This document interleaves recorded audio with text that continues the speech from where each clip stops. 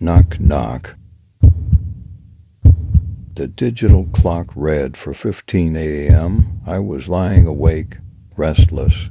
In my bed, there was nothing I disliked more than a long, dreary, and silent night. I sigh, recalling that the nights prior to this one shared a common dullness.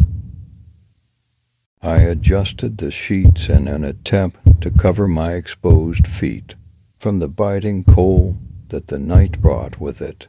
Everything was pretty mundane until I heard a knock in my room. Knock, knock. I turned over to face the window. Opposite to the door, nothing. Knock, knock. It sounded again. It came from the door. Without thinking, I said, "Go back to bed, Johnny. There are no monsters in your room," I sigh, due to the fact that my younger brother was subject to nightmares. Knock, knock. At this point, I began to grow infuriated with Johnny's antics. I got up from bed and sauntered towards Johnny's rooms with gritted teeth. It sounds harsh, but for goodness sake, it was well past 4 o'clock in the morning, and I was trying to get some sleep. I approached his door and pushed it open with a slight creak coming from its hinges. I peeked in the resulting crack, only to find, to my surprise, Johnny still sleeping.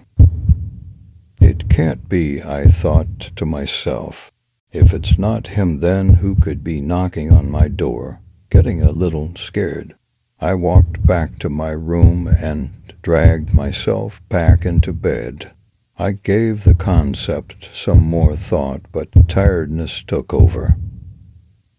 As I began to nod off, I heard a rapping on the door. Knock, knock. At this point, I broke out into a cold sweat and began to think. What was it that Johnny was so scared of? Monsters. It couldn't be. There are no such thing as monsters. Knock, knock. The door sounded. This round of knocking was more intense than the rounds before. As the rounds of knocking continued, growing more intense, I hurled up into a ball. I shut my eyes, waiting for the dreaded knocking to cease. Knock, knock. I was at the verge of tears, praying to whatever was out there to stop the knocking. The knocks grew more consistent, like a heartbeat. Like my heartbeat, the knocking stopped with the onset of this realization. My heart almost gave out in the suspense.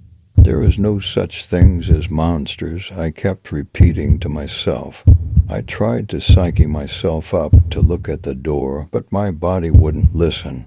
After 5 painfully silent minutes, I slowly brought my head to face the door.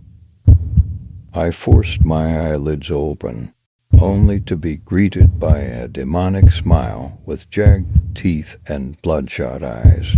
My heart stopped because at that moment, I realized the knocking wasn't coming from the outside, but rather from inside my very own room. Thank you for watching. Please subscribe, like, and share.